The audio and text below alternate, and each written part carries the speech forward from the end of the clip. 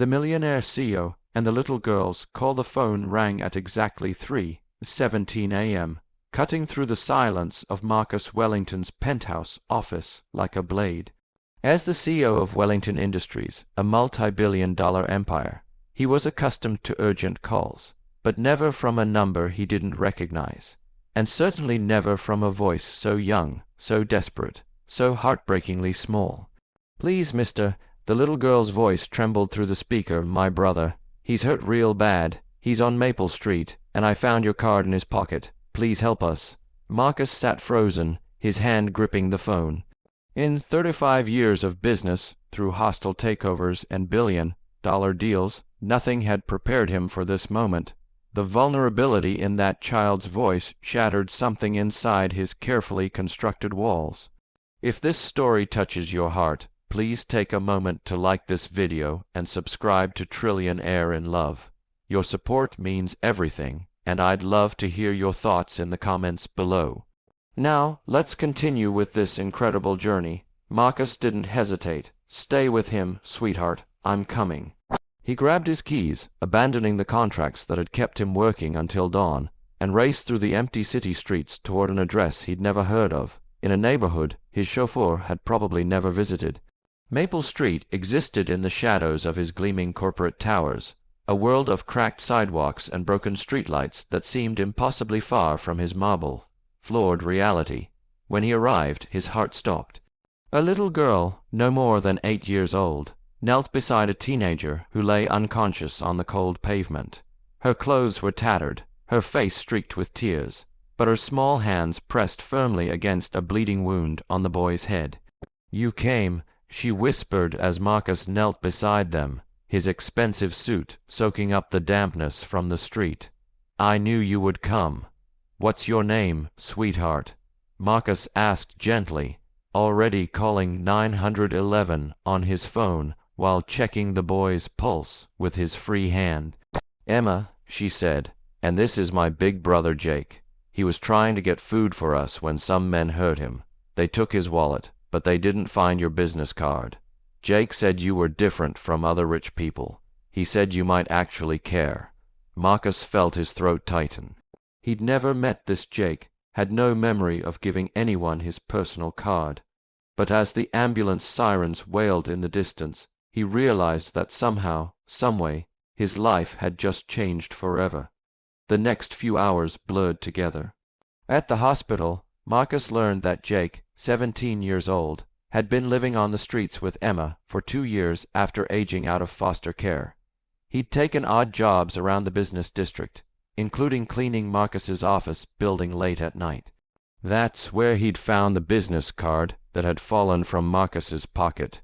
Jake had suffered a severe concussion and needed surgery, but the hospital required insurance or payment up front.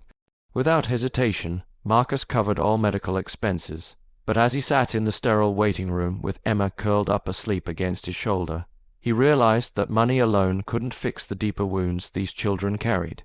"Why did you help us?" Emma asked when she woke up, her huge brown eyes studying his face. "You don't even know us." Marcus had built his fortune by being calculating, strategic, always thinking 3 steps ahead. But looking at this brave little girl who had somehow found the courage to call a stranger in her darkest moment, he found himself speaking from a place he'd forgotten existed, because sometimes, he said softly, "we get chances to do something that actually matters, and I think you just gave me mine." Over the following weeks, as Jake recovered, Marcus discovered a world that existed parallel to his own. Emma and Jake weren't just statistics or charity cases. They were brilliant, resilient survivors who had created their own family from nothing. Emma could read at a high school level despite never attending school regularly. Jake had taught himself basic accounting and was determined to start his own business someday, refusing handouts but accepting opportunities to work.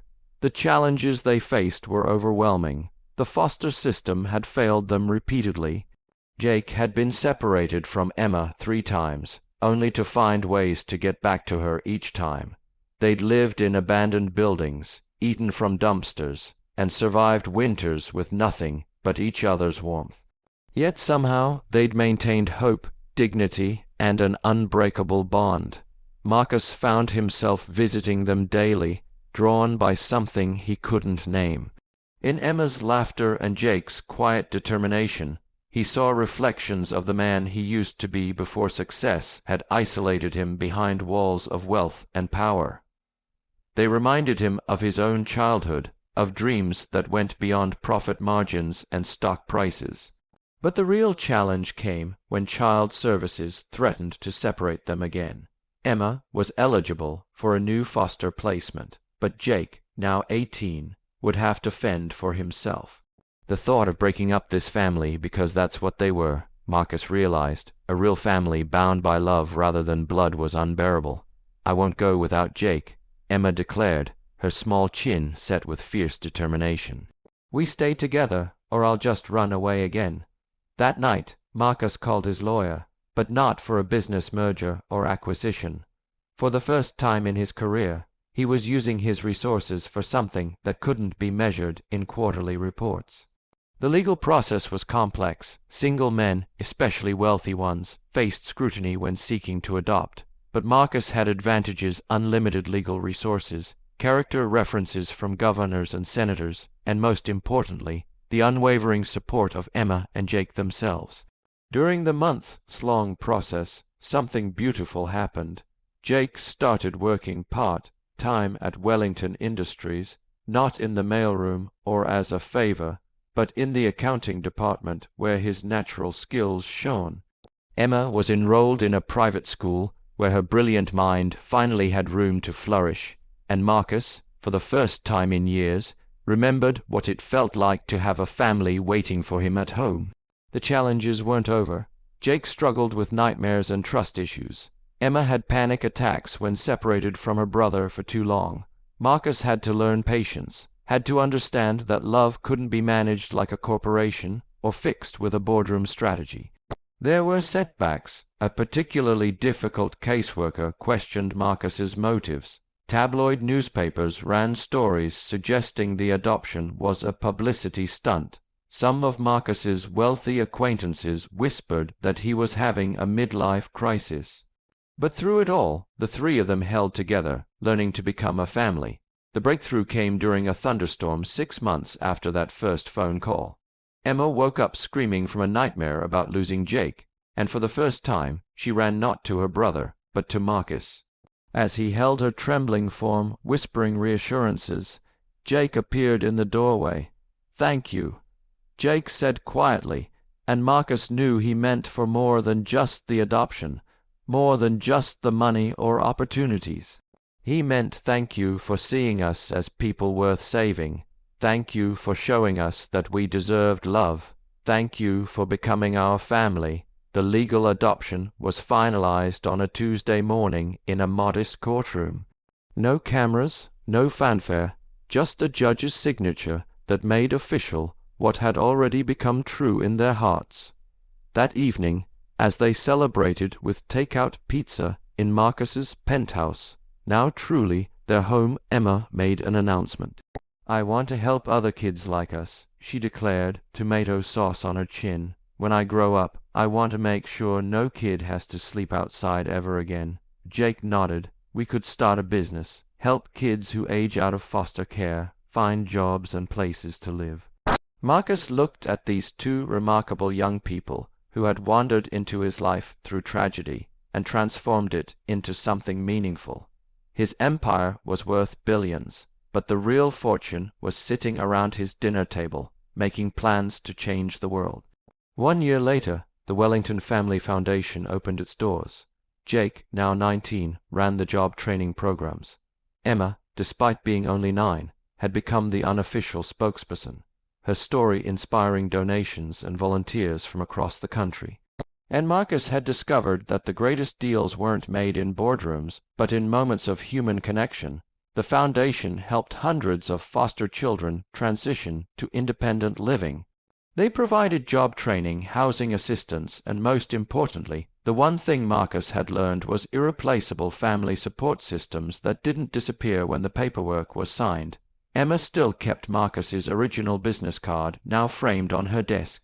Sometimes, when people asked her about that desperate phone call she'd made that night on Maple Street, she'd smile and say, "I didn't call a millionaire CEO. I called my dad." Marcus Wellington had spent his life building an empire, but he'd discovered that his greatest achievement wasn't measured in dollars or deals. It was measured in bedtime stories and homework help, in Jake's college graduation and Emma's science fair victories, in the knowledge that love multiplied when shared, never divided. The little girl who had called him that night hadn't just saved her brother's life.